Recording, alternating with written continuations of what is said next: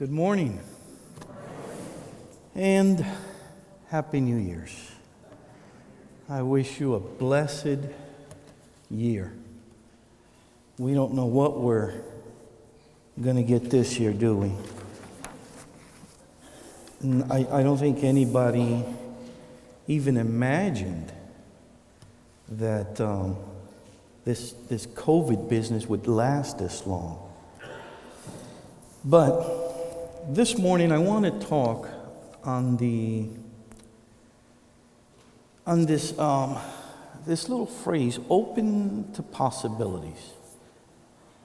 That you and I, this year, we stay open to a thought I want to share with you this morning. I'll be reading in the book of Matthew, chapter 2, from verse 1 to verse 12. I like to use the NIV, so that's the version I'm reading from. After Jesus was born in Bethlehem in Judea, during the time of King Herod, Magi from the east came to Jerusalem and asked, "Where is the one who has been born King of the Jews? We saw his star when it rose and have come to worship him." When King Herod heard this, he was disturbed, and all Jerusalem with him. When he had called together all the people's chief priests and teachers of the law, he asked them where the Messiah was to be born. "In Bethlehem in Judea," they replied, "for this is what the prophet has written. But you, Bethlehem, in the land of Judah, are by no means least among the rulers of Judah. For out of you will come a ruler who will shepherd my people Israel." Then Herod called the Magi secretly and found out from them the exact time the star had appeared. He sent them to Bethlehem and said, "Go and search carefully for the child. As soon as you find him, report to me, so that I too may go and worship him." After they had heard the king, they went on their way, and the star they had seen when it rose went ahead of them until it stopped over the place where the child was. When they saw the star, they were overjoyed.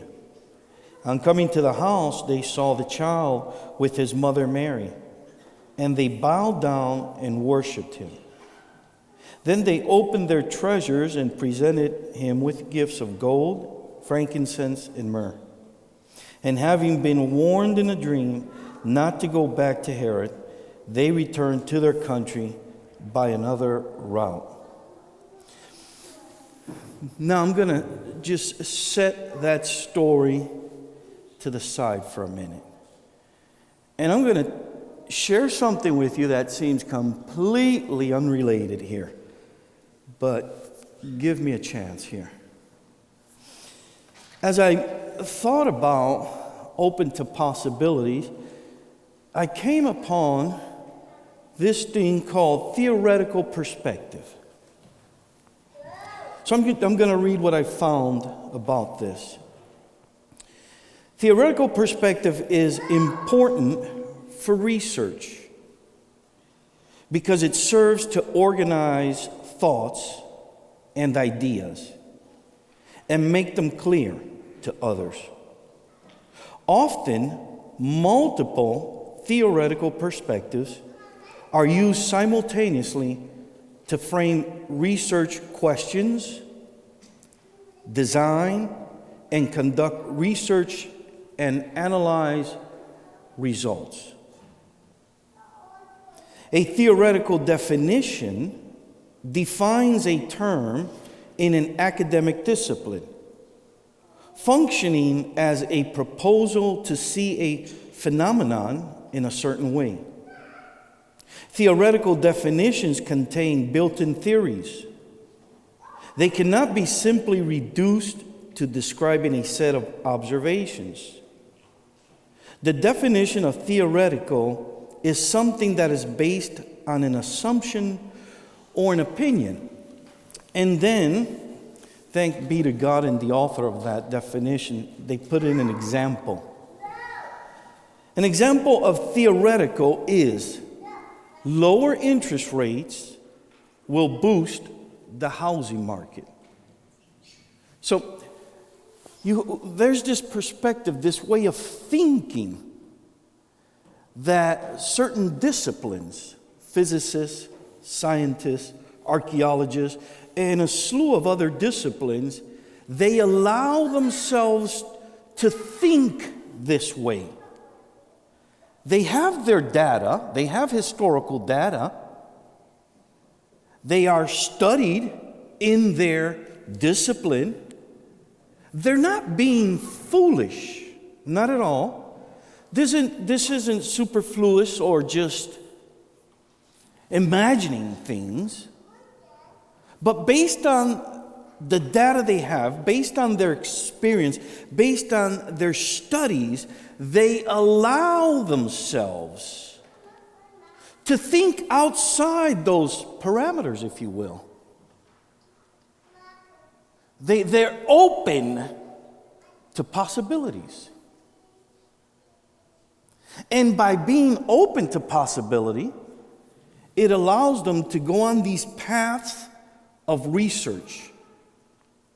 And oftentimes, because this occurs throughout the world in these disciplines, we then, humans, get to enjoy their discoveries.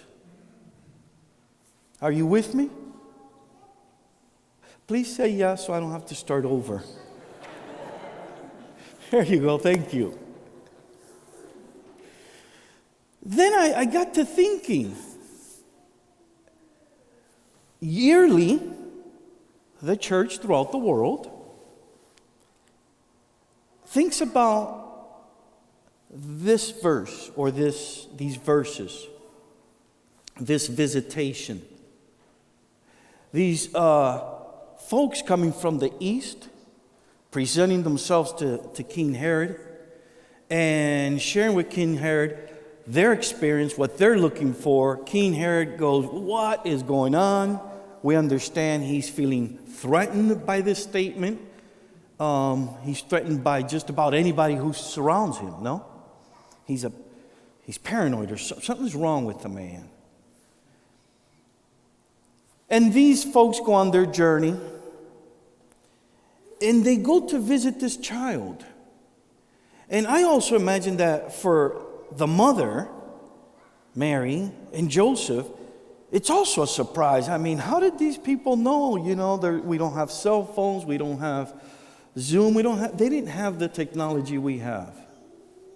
So they're surprised by it.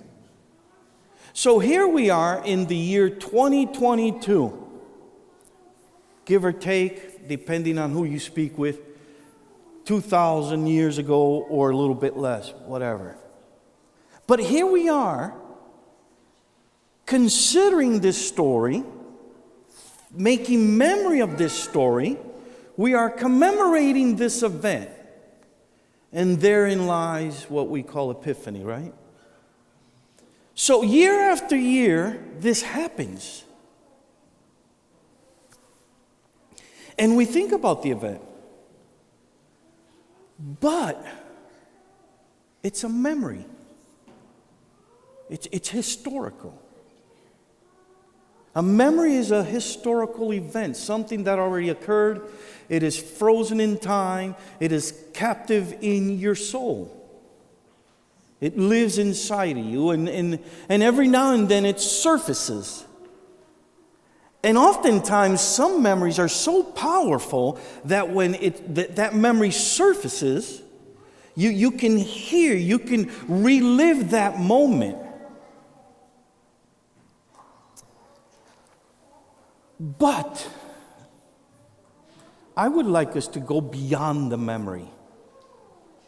I would like us to take upon ourselves this theoretical perspective, attitude, or mindset. To be open, to go beyond the memory. So, I want to propose the following. Because I find that it's ironic that the sciences and certain disciplines are open to the possibility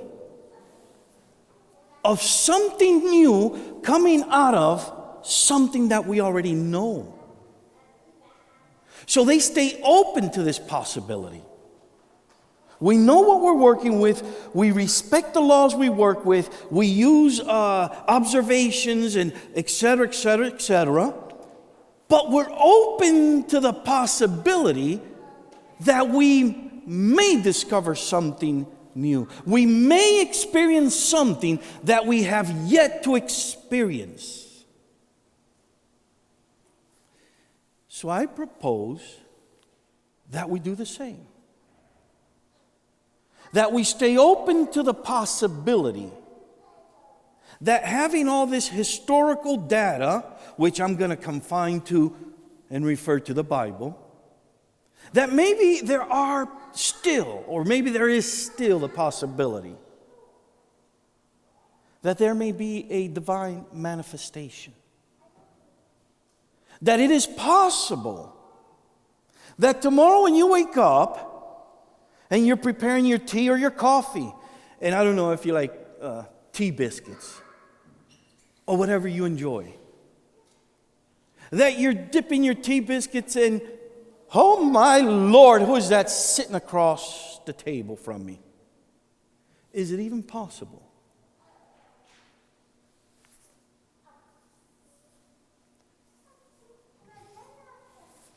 What if we applied theoretical perspective to the church settings?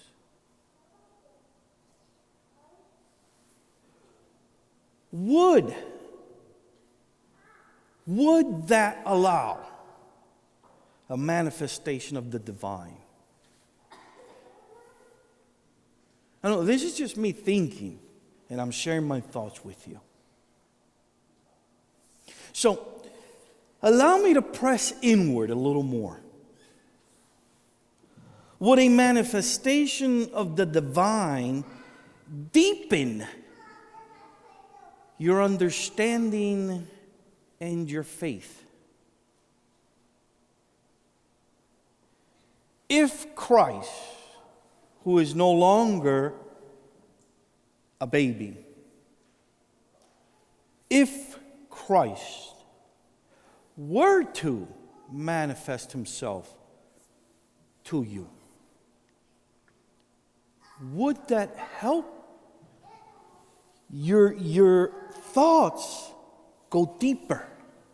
Would that enlighten you? Would that liberate you?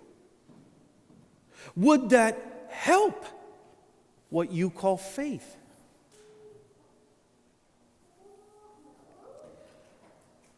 How would a manifestation of the supernatural impact you? I have thought about this for me. I have no idea how it would impact me, but I got a feeling that it would really benefit me and help me change more. I think it would help me become more like Matthew chapter 5, 6, 7, and 8. I think it would empower me more to be that child, that son of God, that makes God smile or grin. Maybe the question is, would you be interested in such a thing? Have you even thought about it? Of having a conversation with the one you've been singing to for so long? Like, where are you at? Show up. Quit hiding, the prophet Isaiah said. For you are one who loves to hide. It's like he loves to play hide and seek, but he's the one who's always hiding. And we're always seeking. In closing, I want you to think about this stuff. I want you to think about theoretical perspectives and how these disciplines allow themselves to think in this way.